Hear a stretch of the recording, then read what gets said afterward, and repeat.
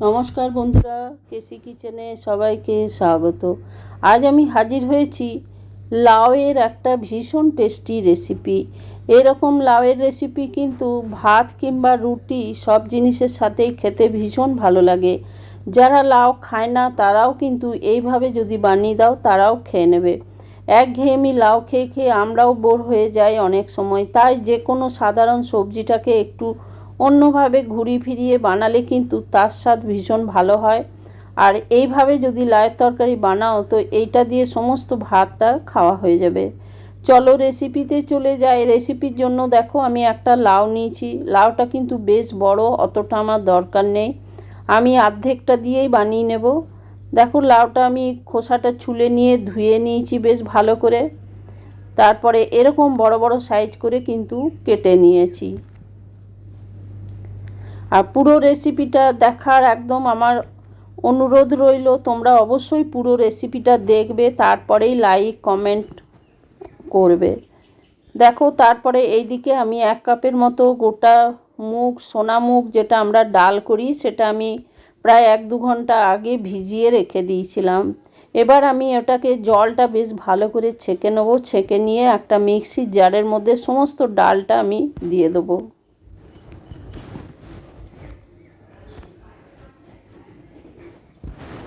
এরপরে আমি 2টো কাঁচা লঙ্কা দিলাম আর 4-5 কোয়া রসুন দিয়ে দিলাম। রসুনটা কিন্তু অতি অবশ্যই দেবে, এইটাতে রসুন দিলে কিন্তু এর টেস্ট ভীষণ ভালো হয়। আর দিয়ে দিলাম কিছুটা ধনেপাতা। যদি হাতের কাছে ধনেপাতা না থাকে তাহলে কারি পাতা দিলেও কিন্তু খেতে ভীষণ ভালো লাগে। এরপরে ওইদিকে যে লাউগুলো আমি কেটে রেখেছি সেই লাউগুলো আমি মুগ ডাল বা ধনেপাতার সাথে দিয়ে দিলাম। দিয়ে দেওয়ার পরে দেখো এটাকে বেশ ভালো করে কিন্তু পেস্ট করে নেব।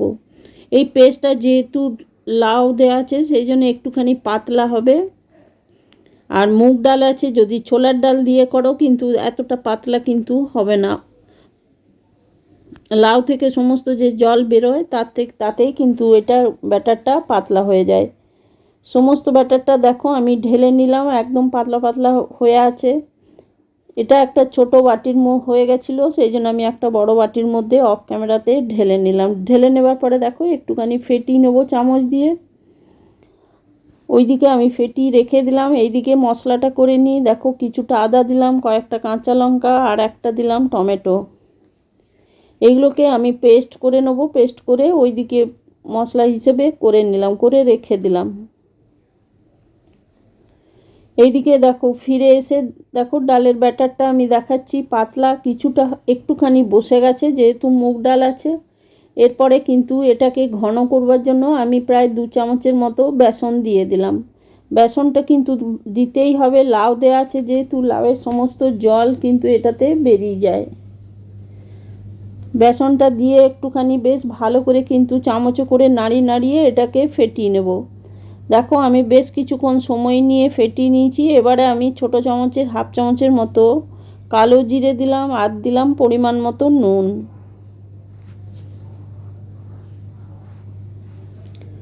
নুন আর কালো জিরে দিয়ে দেওয়ার পরে দেখো চামচ দিয়ে আরও বেশ কিছুক্ষণ একটুখানি মাখিয়ে নেবো বা ফেটিয়ে নেবো সমস্ত ব্যাটারটা, তাহলে কিন্তু একদম ফ্লফি হয়ে যাবে। আর যে বড়াগুলো আমি বানাবো সেগুলো কিন্তু ভীষণ নরম হয়ে যাবে। এতে কিন্তু কোনো রকম ইনো বা খাবার সোডা দেবার আর প্রয়োজন নেই, যদি খুব ভালো করে ফেটিয়ে নাও। এরপরে এদিকে একটা ফ্রাই প্যান চড়িয়ে দেখো তার মধ্যে আমি তেল দিলাম। তেলটা বেশ ভালো গরম হয়ে যাবার পর মিডিয়াম আঁচ করে বড়াগুলো আমি ভেজে নেব।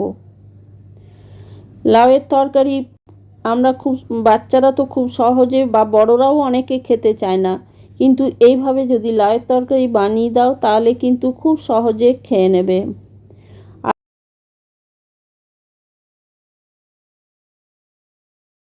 আমার রেসিপি যদি ভালো লেগে থাকে তাহলে লাইক, শেয়ার ও কমেন্ট অতি অবশ্যই করে দিও। নতুন বন্ধুদের সাবস্ক্রাইব করার অনুরোধ রইল। দেখো সমস্ত বড়াগুলো আমি ফ্রাই প্যানের মধ্যে দিয়ে দিলাম। তোমরা কড়াইয়েও করে নিতে পারো, কিন্তু কড়াইয়ে করলে 2-3 বার অনেকটা সময় যায়। আর ফ্রাই প্যানে করলে দেখো একসাথে অনেকগুলো বড়া কিন্তু ভাজা যাবে। দেখো বড়াগুলো কিন্তু হয়ে গেছে এক পিঠ, আমি আরেক পিঠ উল্টে দিচ্ছি। এরকম বেশ লাল লাল করে হবে। আর এই বড়াগুলো ডাল ভাতে খেতেও ভীষণ ভালো লাগে। ডাল ভাতও তোমরা করে নিতে পারো, দেখবে বাচ্চারা সহজে লাউ বা তরি তরকারি খেতে চায় না, এরকমভাবে যদি বড়া বানিয়ে দাও তাহলে কিন্তু বাচ্চারাও খুব সহজে খেয়ে নেবে।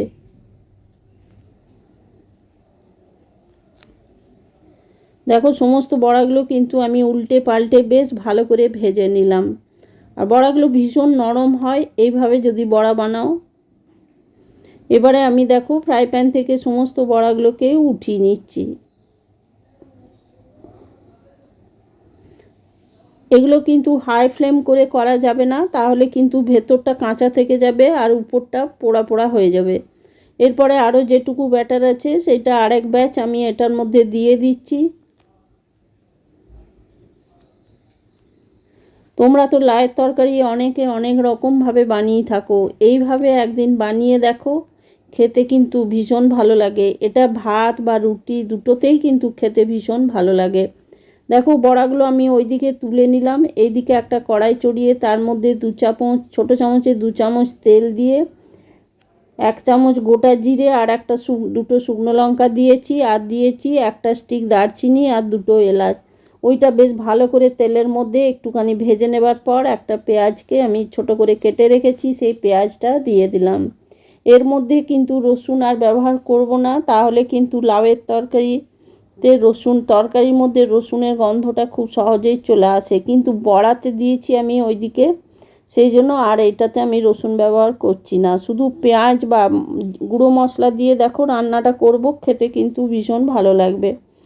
এবারে আমি পরিমাণ মতো নুন আর হলুদ দিয়ে দিলাম। নুন হলুদ দিয়ে দেওয়ার পর পেঁয়াজটাকে বেশ ভালো করে কিন্তু ঢেকে ঢেকে ভেজে নেব, তাহলে পেঁয়াজটা একদম নরম হয়ে যাবে। পেঁয়াজটা ভাজা হয়ে যাওয়ার পরে দেখো ওইদিকে যে টমেটো আদা লঙ্কার পেস্ট করে রেখেছি সেইটা আমি কড়াইয়ের মধ্যে দিয়ে দিলাম। দিয়ে দেবার পরে দেখো এটাকে খুব ভালো করে কিন্তু কষিয়ে যেতে হবে। আমি জারটা ধুয়ে একটুখানি জলও দিয়ে দিলাম।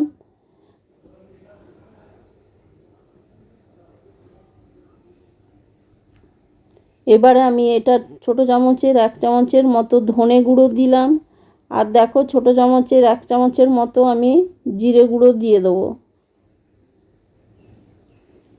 জিরে গুঁড়োটা দিয়ে দেওয়ার পরে দেখো এটাকে খুব ভালো করে কিন্তু কষিয়ে যেতে হবে। ঢেকে ঢেকে আমি কষিয়ে নিচ্ছি, তাহলে পেঁয়াজটা নরম হয়ে যাবে আর মশলাটাও খুব সুন্দরভাবে কষানো যাবে। দেখো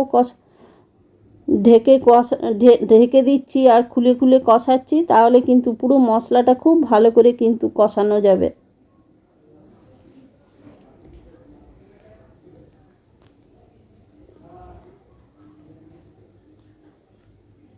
দেখো মশলাটা প্রায় আমার কষানো হয়ে এসেছে।